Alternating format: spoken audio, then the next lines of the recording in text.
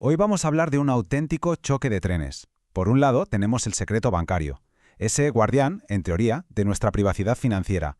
Y por el otro, la orden de un juez, que es básicamente la espada de la justicia. ¿Qué pasa cuando un muro que parece infranqueable se encuentra con una fuerza que, en principio, es imparable? Pues un fallo muy reciente nos da la respuesta. Esta es la gran pregunta, el quid de la cuestión. ¿Es posible que la confidencialidad que un banco debe a sus clientes se convierta en una barrera para que la justicia haga su trabajo? Vamos a analizar hasta dónde llega realmente ese deber de silencio cuando un tribunal pide, o más bien exige, respuestas.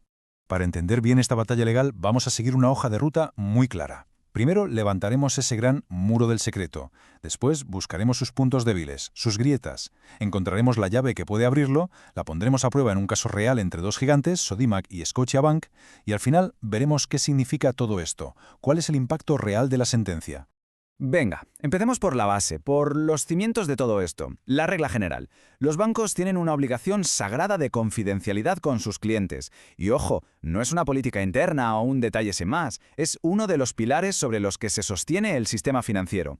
El término técnico es reserva bancaria, pero para que nos entendamos es básicamente un pacto de silencio que obliga por ley. Significa que los bancos tienen que guardar bajo 7 llaves toda la información sobre las operaciones y los datos de quienes les confían su dinero. Y que nadie piense que esto es un capricho de los bancos. No, este muro de secreto tiene unos cimientos de hormigón armado, la propia Constitución.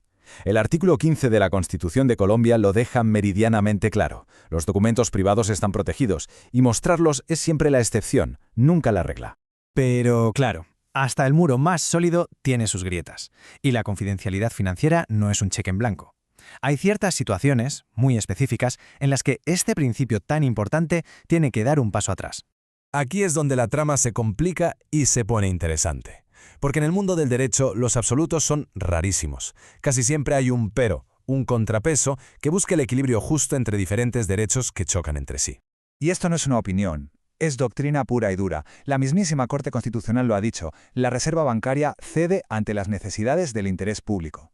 Traducido, la privacidad de una empresa o de una persona es fundamental, sí, pero no puede usarse como un escudo para perjudicar a la sociedad o para pisotear los derechos de otros.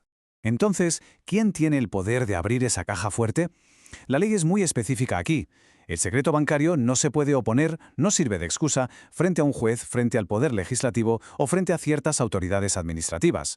El punto clave es este. La reserva protege al cliente de otros particulares, pero no del Estado cuando actúa en el marco de la ley. De acuerdo, las autoridades pueden forzar esa puerta. Pero, ¿y un particular? ¿Qué pasa si una empresa o una persona cree que ha sido perjudicada y necesita pruebas que están detrás de ese muro? Pues necesita una llave. Y en derecho, esa llave maestra se llama interés legítimo. Esta llave se usa a través de una herramienta legal superpotente, las pruebas extraprocesales. Imaginemos la situación. Se cree que se va a necesitar una prueba para un futuro juicio, pero hay miedo de que esa prueba se destruya o desaparezca. Pues bien, este mecanismo permite pedirle a un juez que la asegure, que la congele, por así decirlo, antes de que empiece el pleito.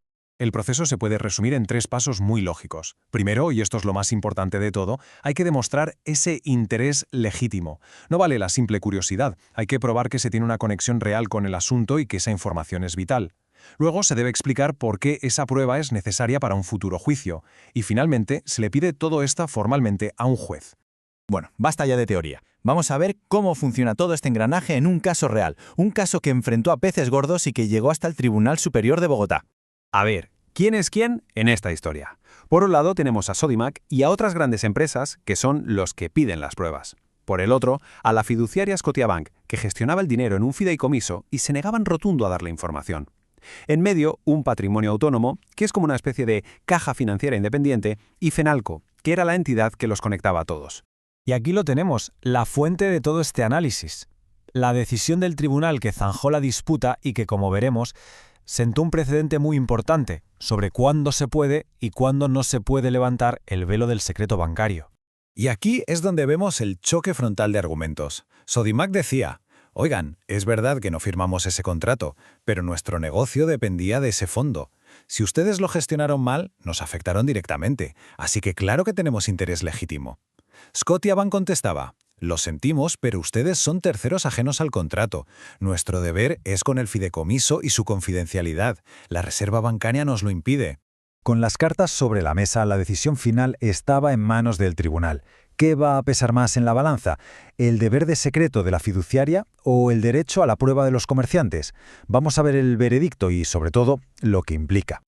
Tras. Así de claro y contundente, el tribunal confirmó la orden del primer juez. La fiduciaria Scotiabank tenía que entregar los documentos sí o sí.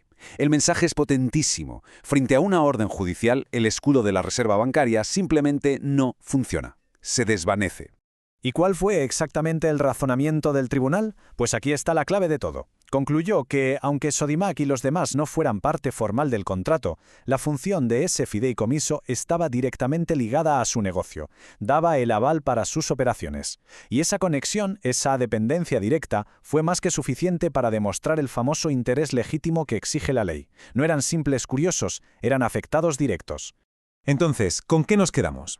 ¿Cuál es el gran titular de esta historia? Pues que este fallo es crucial por varias razones. Primero, refuerza que los jueces tienen la última palabra.